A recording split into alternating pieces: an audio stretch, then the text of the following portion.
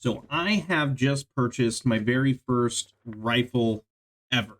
I'm going to be doing some deer hunting, and I live in the state of Ohio, which limits you to some straight wall cartridge rifles. And I also like vintage rifles. So I ended up going with a Henry Big Boy 44 Magnum rifle, the gun that I originally wanted when I started looking into rifles. I like vintage nostalgia, like quintessential American, right? I don't really like the new stuff, if you will. Initially started this little journey of trying to find a deer rifle for the Midwest. I'm up here in Ohio. I already mentioned that. I didn't know at the time the different cartridges and all that. So I was actually looking at 30-30 or 243 rifles, and then I decided on a lever action, and then I was gun-ho on getting a 30-30. I actually wanted one of those new Ruger Marlin 30-30s, and I started making all these calls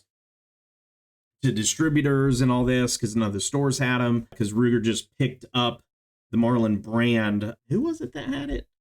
Whoever had it, and I guess, didn't manage it well or whatever.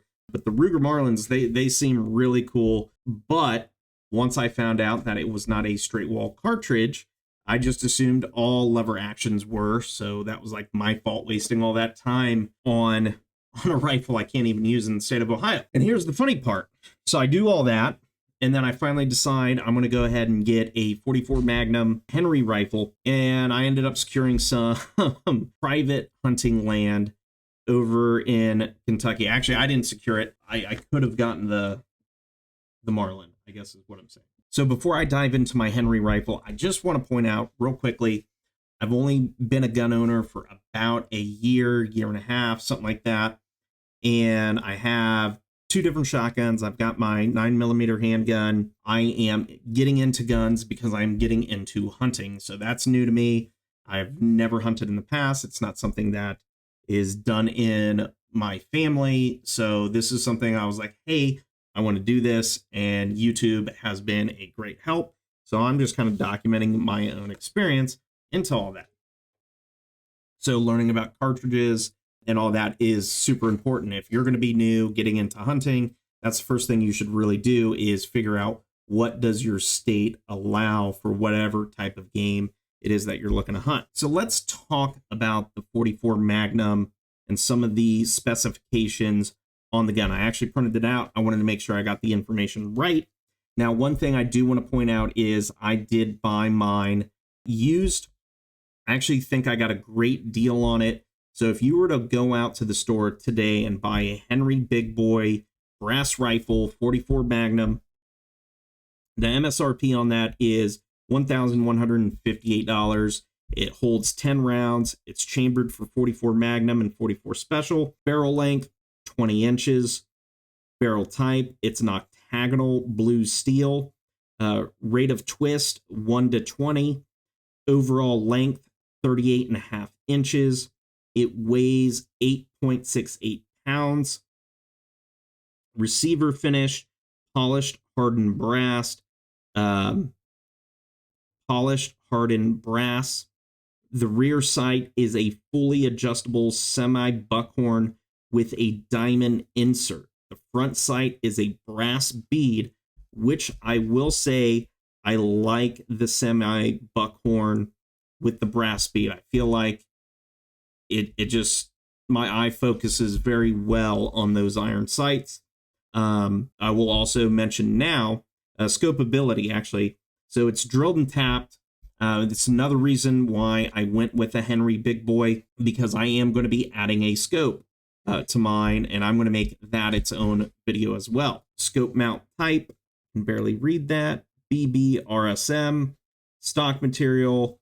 The stock is American walnut. The butt plate is brass. The length of pull is 14 inches. Safety, transfer bar. Is that the lever? I don't know. Best uses, just because it's on here, for target practice, hunting, and collecting. I would agree with all of those. Embellishments, extras. If you were to buy this today, it would actually have the side loading gate. Mine does not have that. I do load mine through the tube chamber, and I will demonstrate that as well. I've watched several videos on that. So I've seen people where they like do this, and I've seen it to where folks are looking straight down at their rifle, and I guess just for the point of the video, there's nothing in here. This has actually never been loaded, at least not by me. I just got this. As I mentioned, there is no side gate, so that means I cannot load. That is just to eject used cartridges. I had seen so many videos of folks, and I didn't like the way they loaded their rifles. Try to get close up to the camera here. I think the easiest way to do that is just to reverse it, drop them in. Yeah, your hand kind of gets in the way there a little bit. I have sat there and seen people stare straight down into the barrel you're just, I don't know. So that's maybe the only thing I don't like about it. I know when you're reading some stuff on Reddit and some of the other forums, people are like, oh, there's no way you should go with one without a side gate because now it's like standard. I only paid $620 for this. And dude, it looks cool. So when it comes to the craftsmanship, the wood, I mean, I feel like the way it's milled is milled really good. Brass rings around the barrel. They don't move. It's nice and tight. You can adjust this. I've not sighted this in, so I don't know. I watched a YouTube video. I don't know exactly how that's going to go, but I'm also putting the scope on here. So I'm going to finish making this video, and then I'm actually going to start the process of showing everyone how I'm going to go about mounting my scope. One thing I want to point out, if anyone is considering buying a lever action rifle themselves and they know they're going to want to scope it, make sure it's already tapped. But then the other thing is the hammer, make sure you're going to have the clearance. And then you want to make sure that the rifle, if it's lever action, isn't like a top eject, because obviously the scope would get in the way. I don't know if they make mounts to help avoid that or not, but to me, if you can just get the side eject, I mean, it's going to be a lot better. It is definitely recommended not dry firing these Henrys. So even though I am kind of racking it here, I am slowly and gently putting the hammer back in place. I'm not dry firing it after I do that. So, but yeah, it seems great. I'm going to take it out. I'm going to do a video on that and see how easy it is to get it sighted in. I'm going to see how comfortable it feels shooting this. The initial look and feel is exactly what I was going for. It is truly a beautiful gun. I mean, it's got the octagonal barrel, which is what I like. I mean, this thing is about as vintage as like vintage gets. Like, I know these weren't made back in the day, but if you want a good old cowboy gun that'll take out some deer and you got to fire, straight wall cartridges, go for it. The place I'm at, I'm not shooting past 100 yards anyway. So the last thing I really want to say about selecting the Henry 44 Magnum rifle was I was looking at a 30-30. I was looking at a straight wall cartridge. This should be fairly accurate and deliver enough power to knock down a deer within 100 yards or less. I am out in the Midwest. We're not really shooting beyond that anyway. The deer cams that we have up, we're seeing deer that will probably be within 30 yards. So I really don't think we're going to have any issues with this. I think it's going to be able to take deer down fairly quick. Can't wait to get that on video and see how that goes. But if you're in the state of Ohio and you're not necessarily interested in a lever action, but you do want a good deer hunting rifle, just from the research that I've done, it seems like a 350 Legend is sufficient. It's probably one of the best options out there. I think they make like a 350 buck hammer, but I think that's a fairly new cartridge. I've heard mixed things about it. Some people say it'll go the way of the dodo bird. Some people think it'll be like a replacement for 350 Legend. I don't really know. I'm pretty new to all this. This is just the stuff I watch on YouTube myself. But yeah, it seems like 350 Legend, tried and true, 4 straight wall cartridge, states, and deer hunting. So I wanted to make that note. And then before I wrap up the video, I was going to do this at the beginning. So I wanted to go over the Henry guarantee. I thought it was kind of cool. I bought mine used. So if you are going to get yours used, I would still look into this. I haven't actually called them to make sure that the guarantee is still in full effect. Whether you're the first or second owner, I don't know how any of that works. I'm going to read it anyway. Maybe you're going to buy yours new. It says, the Henry guarantee. Thank you very much for spending your hard-earned money to purchase a Henry. I certainly appreciate it and welcome you to the Henry family. As a Henry owner, you are backed by our lifetime warranty and my personal guarantee for 100% satisfaction. I'll do what it takes to make certain you are happy with your purchase. Sincerely, Anthony Imperato. I don't know if I said that right. So that's the nice little message he has with the Henry guarantee. And then there's actually the information for you to be able to fill it out with the serial number, the caliber, the purchase price, where you purchased it from, the date of the purchase, and so on and so forth. So that's how you would actually go about registering your warranty right there in your manual. Definitely take a look at it. The next thing is actually reading over the warranty.